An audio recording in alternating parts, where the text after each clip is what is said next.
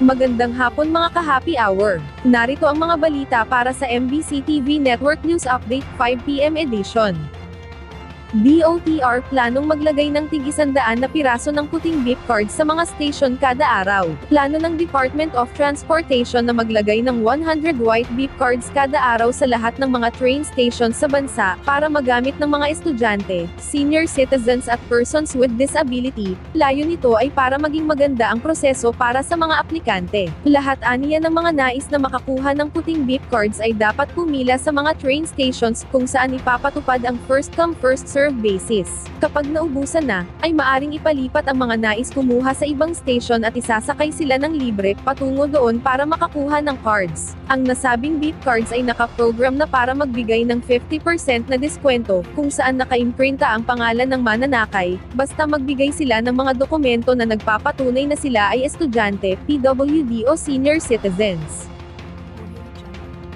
At sa ating Metro Manila ngayon, kaso laban sa mga nanggulo noong September 21 sa Maynila, ikinakasana ng pamahalaang lungsod. Inihayag ni Mayor Isko Moreno Domagoso na haharap sa iba't ibang kaso ang mga naarestong rallyiste sa kaguluhan noong September 21 anti-corruption protest. Ayon sa ulat ng Manila Police District, nasa 127 adults at 89 minors ang nadakip sa mga menor de edad, 67 ang kinilalang children in conflict with the law at 24 naman ang children at risk. Kabilang sa mga kasong isasampa ang illegal assembly, assault laban sa awtoridad, at resistance and disobedience. Posible ring madagdagan ito ng mga kaso ng arson, malicious mischief, physical injuries, at inciting to sedition. Tinukoy din ni Domagoso ang posibilidad na may mga instigador na nasa likod ng kaguluhan, kabilang ang isang abogado, isang negosyanteng Filipino-Chinese, at isang politiko na umano'y nagpopondo sa mga rallyiste. Samantala, tinatayang nasa 692,000 pesos ang pinsala sa mga traffic signal sa Recto Avenue, at inaasahang lalabas pa ang kabuuang halaga ng danyo sa mga susunod na araw.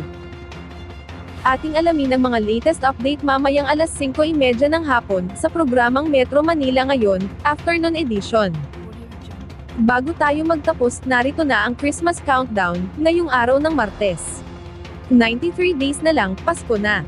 At yan ang mga balita para sa MBC TV Network News Update 5 PM edition. Samahan ninyo kami bukas, mula alas 9 ng umaga, hanggang alas 5 ng hapon.